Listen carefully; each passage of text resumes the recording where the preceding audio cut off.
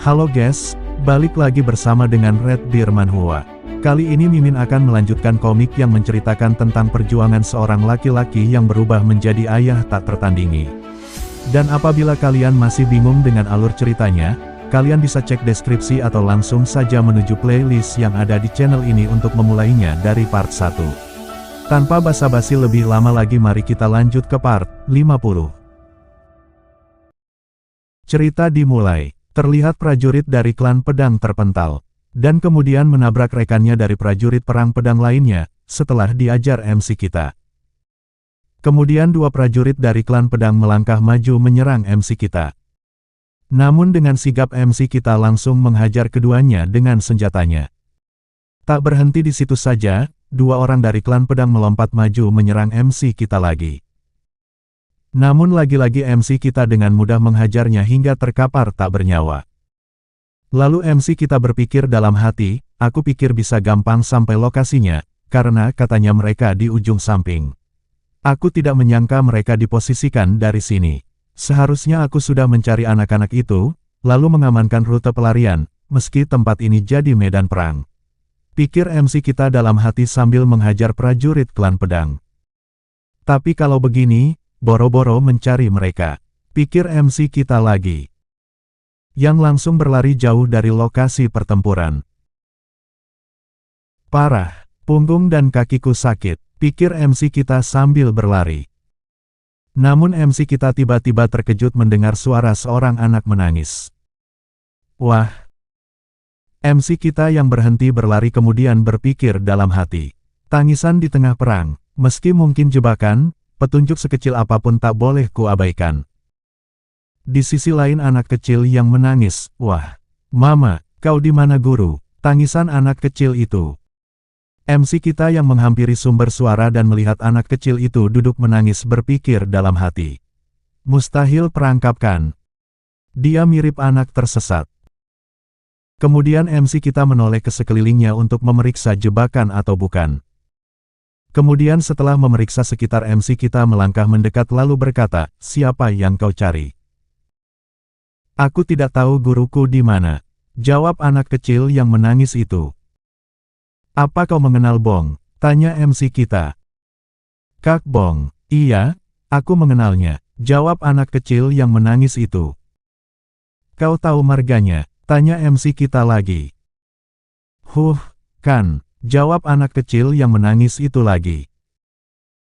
Kemudian MC kita lanjut bertanya, kenapa kau terpisah di sini?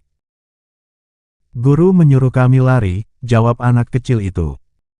Yang kemudian lanjut menangis, wah.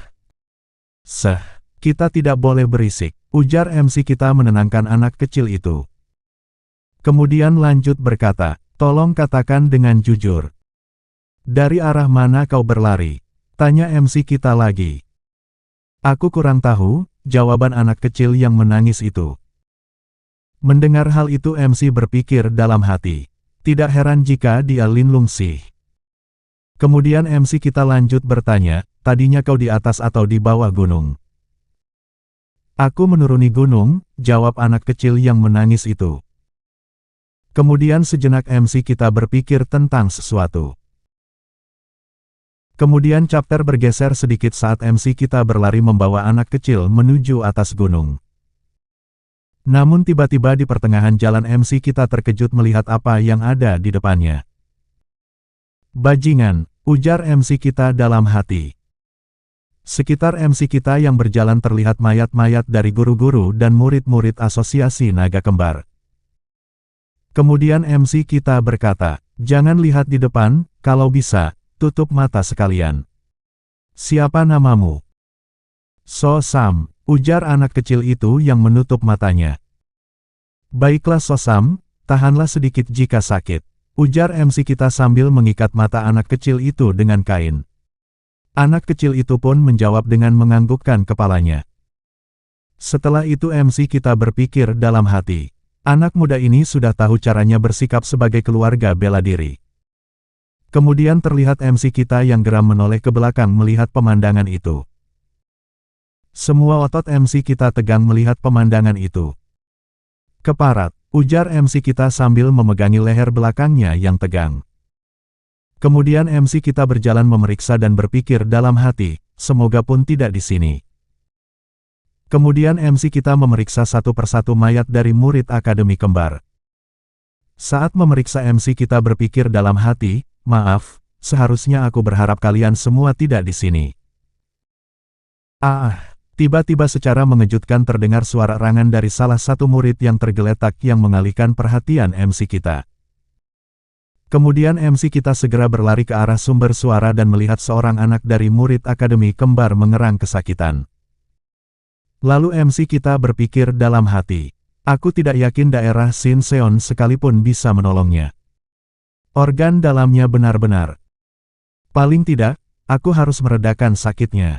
Walaupun meregang nyawanya. Kemudian saat MC mencoba mencabut nyawa anak kecil itu namun secara tiba-tiba teringat dengan anaknya. Lalu berpikir dalam hatinya, tapi andaikan dia putraku, aku pasti mencari cara menolongnya. Meskipun kemungkinannya sangat kecil. Haruskah aku lakukan ini? Jae-jung, ujar Sosam anak kecil yang diselamatkan MC kita. Kemudian dengan cepat MC kita mengakhiri penderitaan anak kecil yang terluka parah. Sosam yang melihat itu pun terkejut diam tanpa bisa berkata-kata. Dan kemudian MC kita menekan leher belakangnya untuk membuatnya tertidur. Sambil berkata, tidurlah sementara waktu. Kemudian setelah anak itu pingsan tertidur karena MC kita segera menggendongnya. Lalu berpikir dalam hati, entah siapa pelakunya, pasti kutemukan dan kucincang-cincang tubuhnya. Kuberikan kematian terburuk untuknya. Namun tiba-tiba MC kita terkejut dengan sesuatu. Dan kemudian memperhatikan arah sumber suara tersebut. Lalu berpikir dalam hati, ada seseorang di sana. Kemudian sambil menggendong anak kecil MC kita segera mengambil senjatanya untuk melangkah mendekat ke arah sumber suara tersebut. Sambil berpikir dalam hati, apa cuma khayalanku saja?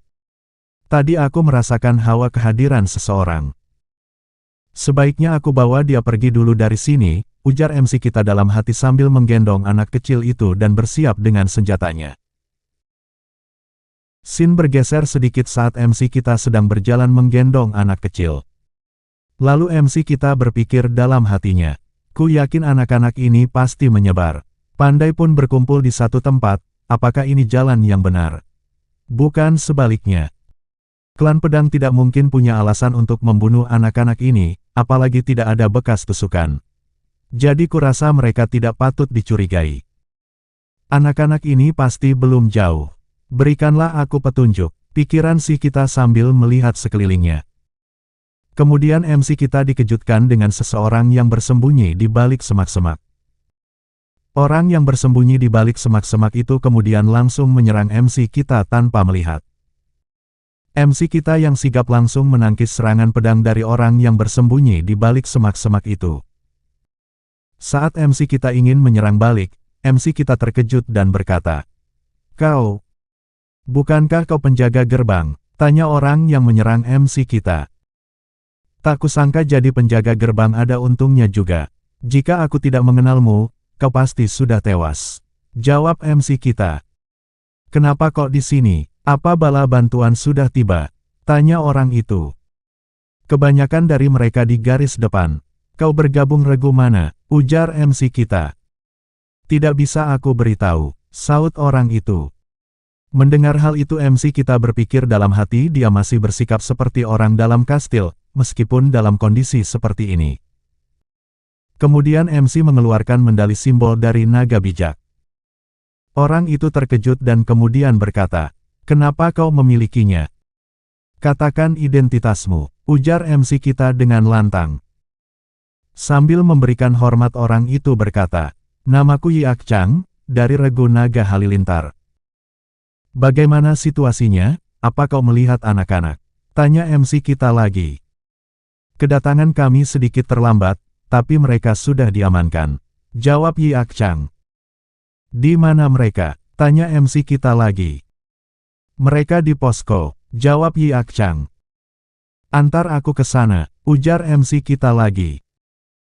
Kemudian MC kita dengan Yi Ak-chang berjalan menuju pos tempat anak-anak itu berkumpul.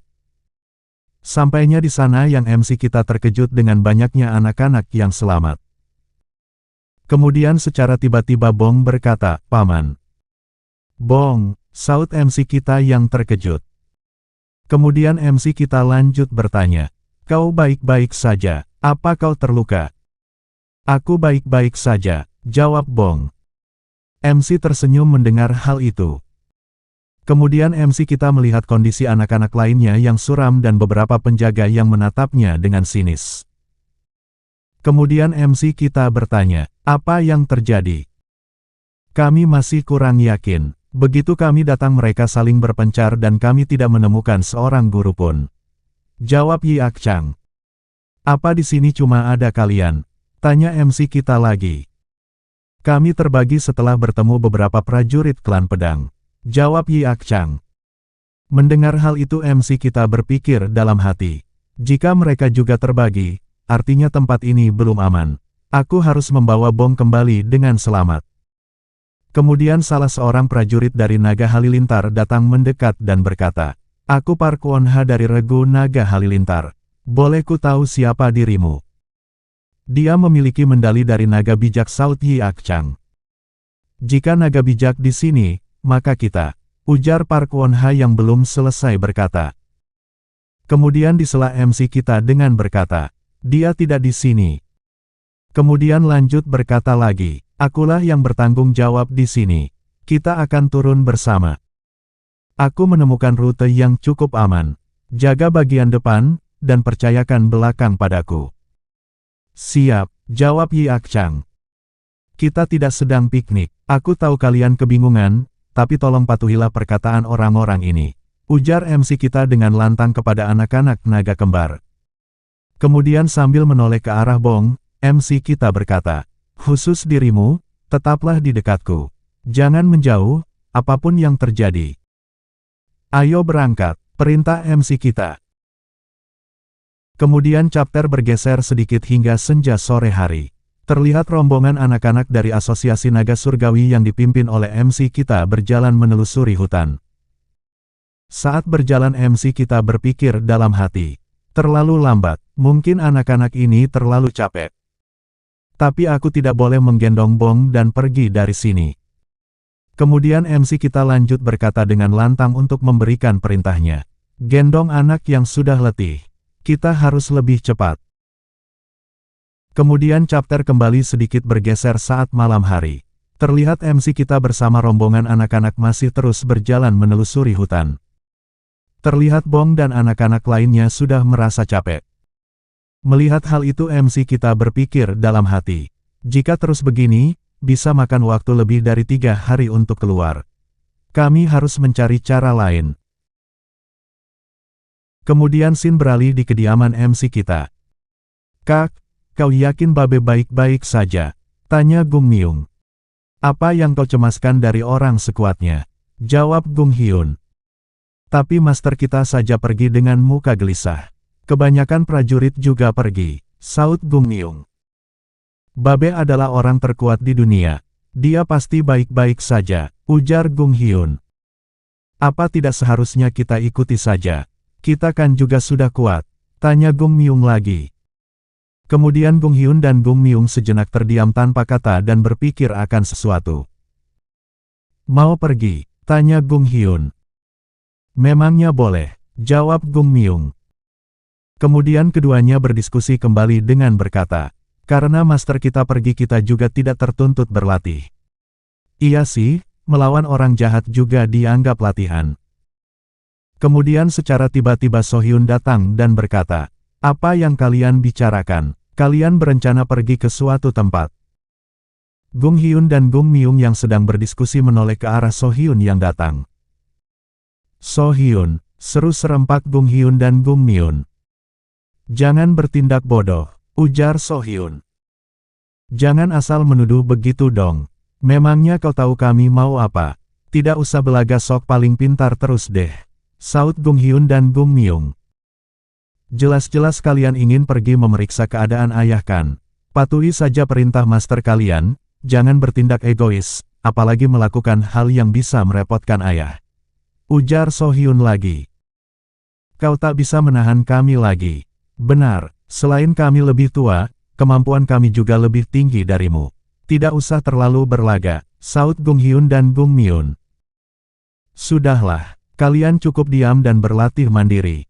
Kalian pikir, aku tidak mencemaskan ayah. Lagi pula, kita hanya akan membebaninya jika pergi menyusul.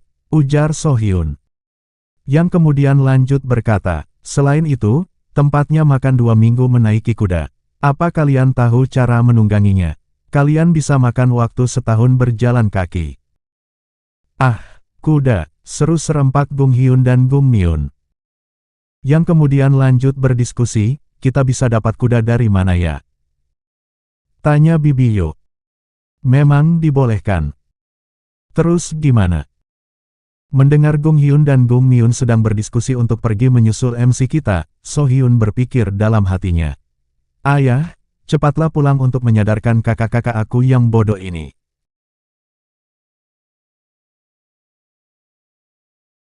Sekian untuk episode kali ini, jangan lupa subscribe untuk update video-video terbaru dari Mimin, dan juga bantu share biar channel ini berkembang dan membuat Mimin semangat. Sekian dari Mimin, wassalamualaikum warahmatullahi wabarakatuh, and see you next time.